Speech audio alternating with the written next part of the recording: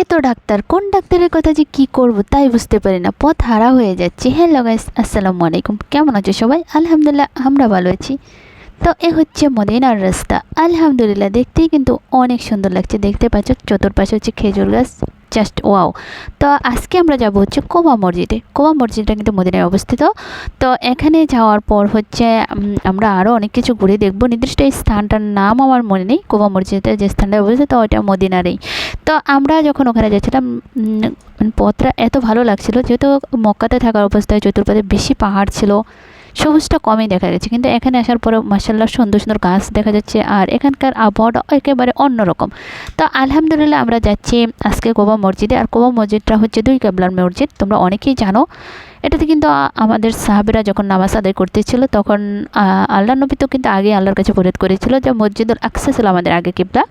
তো আল্লাহ নবী যখন আল্লাহর কাছে ফরিয়াদ করে যে আমাদেরকে কাবার দিকে কিবলাটা পরিবর্তন করে দেওয়ার জন্য, তখন আল্লাহ তা কবুল করে নেয়, আমাদের কিবলাটাকে পরিবর্তন করে দেয়। তখন সাহাবেরা যখন নামাজ পড়তেছিল তখন তো সাহাবে এসে বলতেছিল কিবলা তো পরিবর্তন হয়ে গেছে। তো সাহাবেরা কিন্তু নামাজে থাকা অবস্থায় কিবলাটা চেঞ্জ করে নেয়। তো সেজন্য এটাকে দুই কিবলার মসজিদ বলা হয়। তো এখানে হচ্ছে 2 রাকাত নামাজ পড়া মানে ওমরা হজের সওয়াব পাওয়া যায়। তো চেষ্টা করছি আমরা আলহামদুলিল্লাহ সে মসজিদে যাওয়ার জন্য। মসজিদে যে নামাজ পড়েছি, মেয়েদের আর পুরুষদের জন্য আলাদা আলাদা ব্যবস্থা আছে, খুব সুন্দর ব্যবস্থা আছে। তো আমরা ওখানে যাচ্ছি, খুব পরিবেশটা অনেক ভালো ছিল। কারণ আলহামদুলিল্লাহ এত সুন্দর সুন্দর নিয়ামত পৃথিবীতে না ঘুরলে বোঝা যায় না।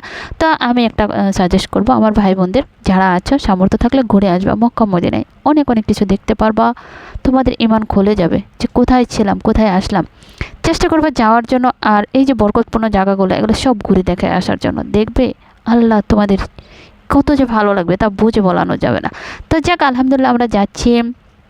আর এই যে দেখতেছো অনেক গাড়ি পার্কিং আছে, এগুলো সবই আসছে হচ্ছে নিজেদের অধ্যয়নে। কেউ আসে হচ্ছে বিভিন্নভাবে আসতেছে না মসজিদে নামাজ পড়ার জন্য।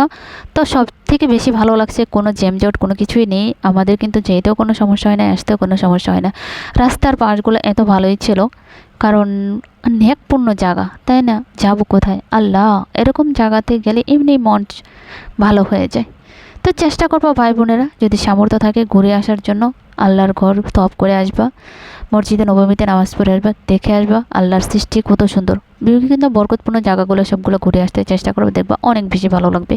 তো আজকে আমাদের সফর কিন্তু অনেক জায়গায়, যেহেতু আমরা অনেক জায়গায় যাবো। তো সে আর যাই বলতেছিলাম, অনলাইন প্ল্যাটফর্মে এসে কিছু ডক্টর পেয়েছি যাদেরকে কখনো বলা যাবে না। ওরা এইরকমভাবে সাজেস্ট করে যে এখানে যেও না, ওখানে যেও না, এটা করো না, ওটা করো না। হাই আল্লাহ, কোনটাতে যে কোনটা করবো তাই বুঝতে পারি না। তো চেষ্টা করি সবার কথা রাখার জন্য। এক ডক্টর এসে বলে এটা করলে এই সমস্যা হবে, ওকে ফাইন। দ্বিতীয় ডক্টর এসে বলে এটা করো না, ওটা করো না, এটা করো, এটা করলে এটা হবে। আবার তৃতীয় ডক্টর এসে বলে আরে না, এটা করা যাবে না, এটা করলে এটা হবে। এরকমভাবে চলছে, যাক দেখা যাক কি হয়। তো যাক, ভিডিওটা কার কাছে কেমন লাগছে জানাবা, ভালো লাগবে পাশে থাকবে। দেখা হবে নেক্সট ভিডিওতে। সে পর্যন্ত সবাই ভালো থাকো, নিরাপদে থাকো, বাই।